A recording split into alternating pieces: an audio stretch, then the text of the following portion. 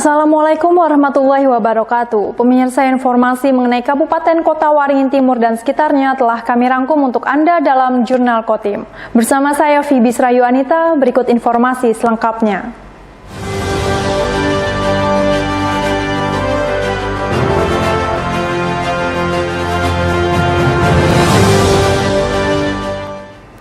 Pemerintah Kabupaten Kota Waringin Timur menggelar seminar laporan akhir profiling rencana dan capaian pembangunan daerah. Dalam kegiatan ini juga dikenalkan sebuah aplikasi data prioritas dan capaian pembangunan Kota Waringin Timur atau PCP Kotim untuk memantau progres pembangunan. Seminar laporan akhir profiling rencana dan capaian pembangunan Kota Waringin Timur digelar pada Selasa 4 Juli. Seminar yang dibuka Bupati Kota Waringin Timur Halikinur ini diikuti oleh sejumlah organisasi perangkat daerah atau OPD yang ada. Kepala Badan Perencanaan Pembangunan Penelitian dan Pengembangan Daerah atau Bapelitbangda Kota Waringin Timur, Rafiq Rizwandi menyebut seminar digelar untuk melihat rencana serta capaian target pembangunan daerah di bawah kepemimpinan Halikinur dan Irawati sejak tahun 2021 hingga 2024 mendatang. Termasuk untuk mengetahui kendala yang dihadapi dalam mencapai target, sehingga dapat menentukan langkah strategis dalam mengatasi permasalahan yang ada. Kegiatan yang menghadirkan dosen dari Universitas Brawijaya Malang sebagai narasumber juga dikenalkan aplikasi PCP Kotim yang memuat laporan capaian pembangunan dari seluruh OPD yang ada. Rafiq menjelaskan, aplikasi tersebut dapat menjadi acuan dalam melihat progres dan capaian dari target pembangunan daerah, sehingga dapat dilakukan evaluasi secara berkala agar target dari rencana pembangunan yang ada dapat tercapai. Antara rencana dan target ini akan ada namanya kesenjangan gap.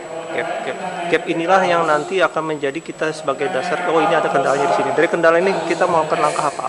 Nah itu namanya rencana strategis. Nah rencana strategis ini nanti akan menghasilkan prioritas penentuan prioritas apa yang harus dilakukan pemerintah daerah agar target-target yang sudah kita buat ini bisa kita capai secara maksimal. Itu untuk ini selalu berkesinambungan. Ini tidak hanya sekedar menjadi suatu dokumen, ya dokumen secara manual, tapi ini kita terapkan dalam bentuk aplikasi diimplementasi aplikasi, dan ini akan terus aplikasi ini berjalan. Jadi Pak Bupati, pimpinan pemerintah daerah, OPD akan bisa mengontrol kaitannya dengan progres yang ada yang dia lakukan setiap bulan, setiap 3 bulan, setiap 6 bulan atau setiap tahun. Kapanpun kita ingin melihat progres bagaimana pelaksanaan pembangunan Kabupaten Timur akan terlihat di aplikasi ini. Seperti itu. Rafiq menambahkan aplikasi PCP Kotim masih dalam tahap pengenalan dan akan terus dikembangkan. Rencananya, aplikasi tersebut akan diluncurkan pada tahun 2023 ini. Masud Badarudin, Hayat TV.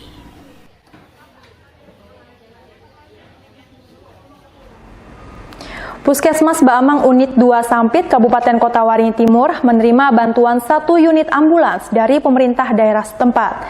Bantuan ambulans sangat membantu meningkatkan pelayanan, terutama dalam melayani pasien rujukan ke rumah sakit. Bantuan ambulan oleh pemerintah Kabupaten Kota Waringin Timur diserahkan secara resmi oleh Bupati Halikinur pada Selasa 4 Juli. Keberadaan ambulan memang sangat diperlukan oleh Puskesmas Baamang 2. Kepala Puskesmas Baamang 2 Sampit Dr. Desliana Eka Maulitita mengatakan selama ini pihaknya hanya memiliki 1 unit ambulan, bahkan dengan kondisi yang kerap mengalami kerusakan, baik kerusakan mesin dan lainnya. Padahal keberadaan ambulans sangat penting, terutama untuk mengantar pasien rujukan ke Rumah Sakit Umum Daerah Dr. Murjani Sampit. Jika pasien gawat darurat terlambat dirujuk ke rumah sakit, maka akan berdampak fatal bagi kesehatan pasien. Sehingga Desliana bersyukur dengan bantuan ambulan baru yang diberikan dengan kondisi prima yang siap untuk mengantar maupun menjemput pasien. Ini membantu sekali dalam pelayanan kami di Puskesmas Baamang 2, terutama untuk pelayanan rujukan. Karena memang sebelumnya ambulan kami sering rusak, Pak. Jadi kalau misalnya kondisinya pas rusak, tentu akan mempengaruhi rujukan. Jadi pasien terlambat dirujuk.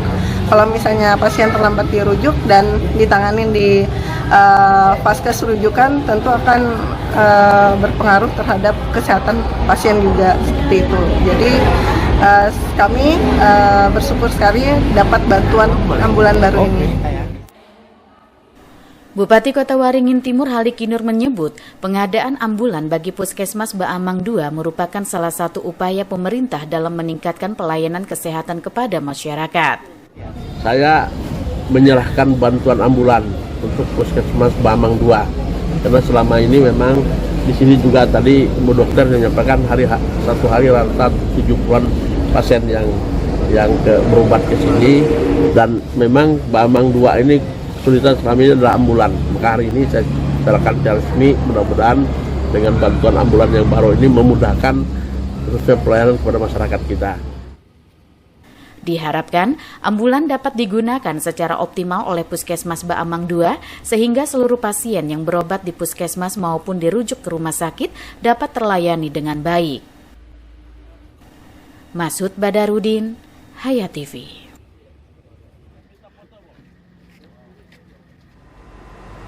Dalam kurun waktu sekitar 1 bulan terakhir, kebakaran hutan atau lahan marak terjadi di Kota Waringin Timur.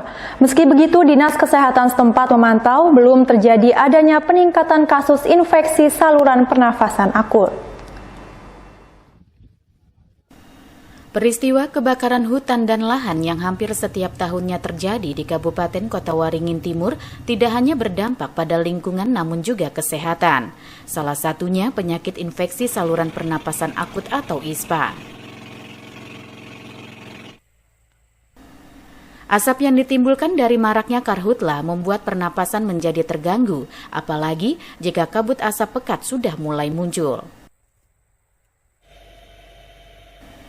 Kepala Dinas Kesehatan Kota Waringin Timur Umar Kaderi pada Rabu 4 Juli menyebut, hingga saat ini terpantau belum terjadi adanya peningkatan kasus ISPA. Kasus ISPA akan meningkat seiring dengan meningkatnya peristiwa karhutla.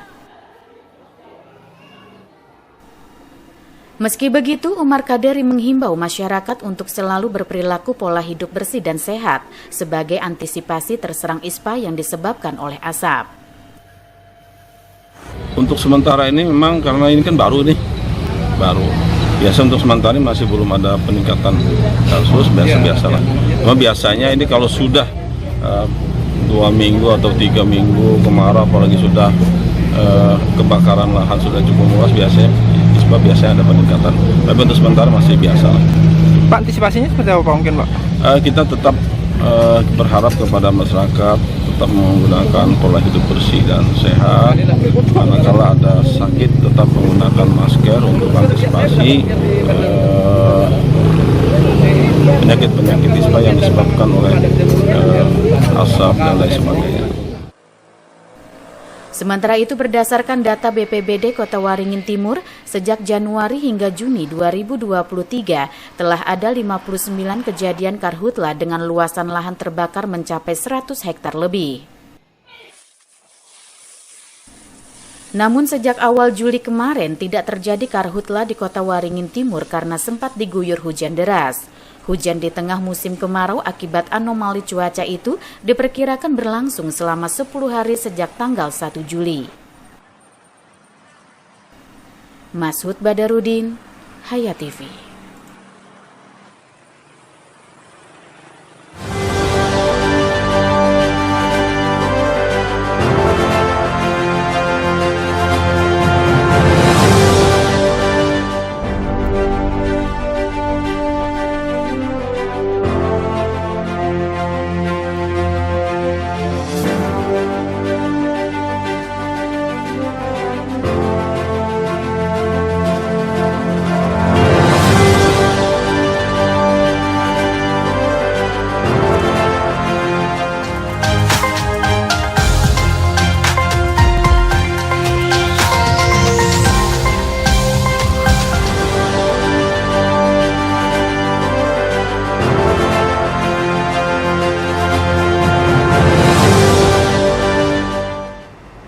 Beralih ke berita dari Kota Waringin Barat, pemirsa, minat orang tua memasukkan anaknya ke lembaga pendidikan agama di Kecamatan Kumai cukup tinggi. Salah satunya di MTSN 2 Kota Waringin Barat, di mana pada tahun ajaran baru kali ini MTSN 2 Kobar menerima sedikitnya 224 siswa baru dari 500-an anak yang mendaftar. Penerimaan siswa baru di sekolah tersebut dilakukan dengan seleksi ketat. Arus globalisasi yang semakin pekat, bagaikan anak panah yang lepas dari busurnya. Terlepas dari dampak negatif maupun positifnya, pada realitanya globalisasi membawa pengaruh yang signifikan dalam segala bidang tanpa dapat dicegah. Pendidikan Islam merupakan pendidikan alternatif bagi umat Islam dalam upaya mewujudkan generasi yang unggul dan berkarakter Islami, serta menjaga kejayaan umat Islam. Tidak heran jika orang tua wali murid yang anaknya baru lulus sekolah dasar, saat ini banyak yang berminat memasukkan anaknya ke lembaga pendidikan Islam.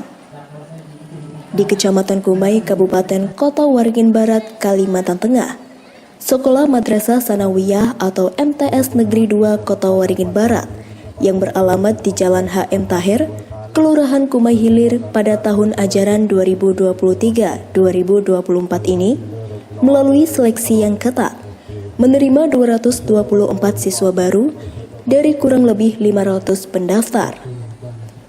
Menurut Kepala Madrasah Sanawiyah Negeri 2 Kota Waringin Barat Suratno, menyebut bahwa tingginya minat orang tua memasukkan anaknya di sekolah tersebut karena penerapan ilmu agama dan ilmu umum yang seimbang. Kemudian daya tarik lainnya, yakni program pendidikan yang diberikan di madrasah tersebut. Berkenaan dengan minat siswa dari SD, MI yang di sekitaran Kumai, ya baik Kumai Hilir, Kumai Hulu, dan Kapitan, itu hampir 80% anak-anak itu ingin masuk ke MTSN 2 Kota Waringin Barat. Kan tapi kami punya program, artinya kalau diterima semua, sekolah lain nggak kebagian. Maka kami hanya mengambil siswa secukupnya aja, jadi tidak langsung yang mendapat undangan dari sekolah.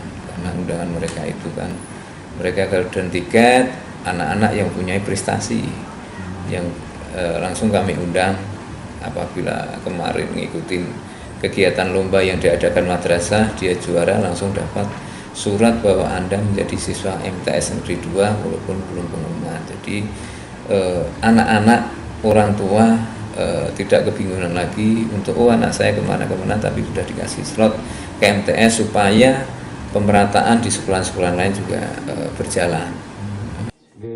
Diketahui Madrasah Sanawiyah Negeri 2 Kota Waringin Barat didirikan oleh pemerintah sebagai bagian dari upaya untuk menyediakan pendidikan Islam yang berkualitas di tingkat menengah.